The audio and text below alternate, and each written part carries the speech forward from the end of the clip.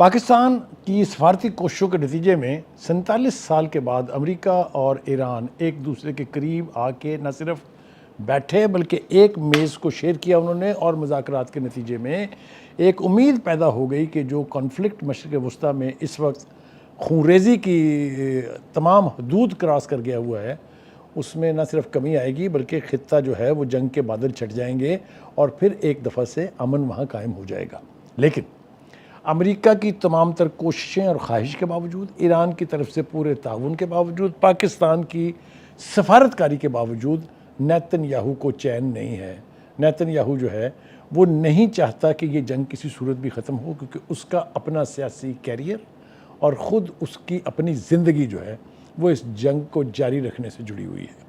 لہٰذا جب کبھی بھی معاہدے کے قریب پہنچنے کی بات ہوتی ہے تو نیتن یاہو صاحب کی روح پھر پھڑکتی ہے اور کوئی نہ کوئی نیا جواز پیدا کر کے ایران کے اوپر دوبارہ چڑھائی کرنے کے لیے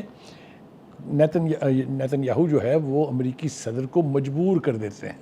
اب ان کے پاس ایسا کیا جادو ہے، ہم کئی بار اس کا ذکر کر چکے ہیں،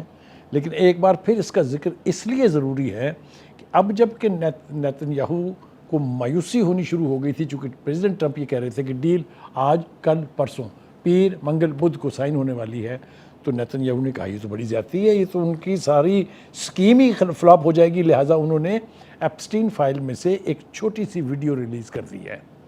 وہ ویڈیو کیا ہے، سوشل میڈیا کے اوپر وائرل ہوئی ہے۔ اس میں پریزیڈنٹ ٹرمپ صاحب جو ہیں ایک 13 سالہ عمر کی بچی کے ساتھ نازیبا حرکات کرتے ہوئے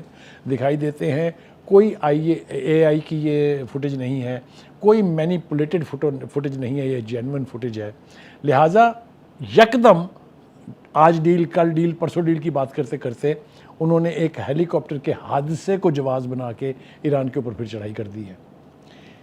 یہ تو لیٹسٹ جواز ہے جس کے نتیجے میں پھر ایران کو بھی ریئیکٹ کرنا پڑا۔ یہ بات تمام تر جتنے دفاعی تجزیہ کار ہیں انہوں نے طے کر لی تھی کہ امریکہ اپنی تمام تر ملٹری مائٹ کے باوجود، اپنی بھرپور نیول اور فضائیہ کو استعمال کرنے کے باوجود ایران سے جنگ جیت نہیں سکا ہے۔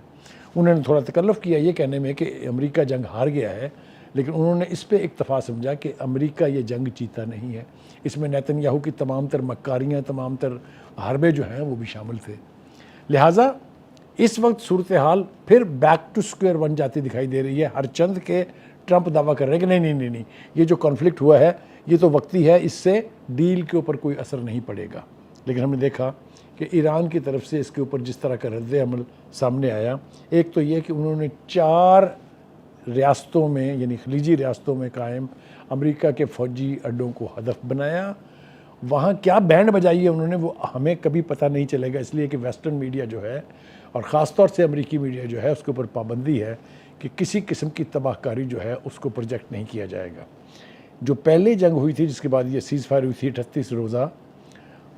اس میں بھی جو 19 میں سے 11 اڈے تھے خلیجی ممالک میں، ان کا کیا حشر کیا ایران کے ڈرونز نے، ایران کے میزائلوں نے، وہ کبھی نہ کبھی سامنے ضرور آئے گا۔ لیکن ابھی تک تو اس تباہ کاری اور اس نقصان کے تخمینے بھی نہیں لگائے گئے ہیں۔ یہ جو کچھ گولہ بارود استعمال کیا ہے، جو کچھ آئل وغیرہ خرچ ہوا ہے، اس کا ہی بجٹ جو ہے وہ 29 ارب روپے تو خود پیٹ ہیگزس نے مانے ہیں کہ اس جنگ پر اب تک خرچ آ چکے ہیں۔ لہٰذا اب دیکھنا یہ ہے کہ اب یہ صورتحال کس طرف جا رہی ہے۔ میرا خیال یہ ہے کہ اگر ٹرمپ واقعتاً چاہتے ہیں کہ اس خطے میں امن ہو یا امریکہ اور ایران کی جنگ جو ہے اس کا خاتمہ ہو، تو انہیں نیتن یاہو کی خواہشات کو، نیتن یاہو کی مکاریوں کو، اس سب کچھ کو ایک طرف رکھنا ہوگا۔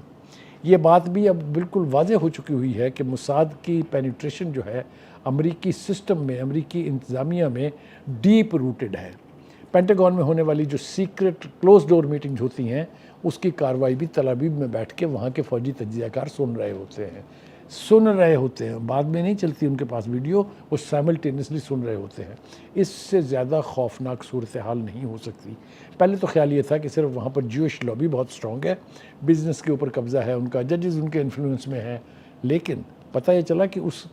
اسرائیل کی اور موساد کی پینیٹریشن امریکن سسٹم میں اتنی ڈیپ روٹڈ ہے کہ ان کو ہر نئے اقدام کا، ہر نئے پلان کا اسی وقت پتہ ہوتا ہے جب امریکن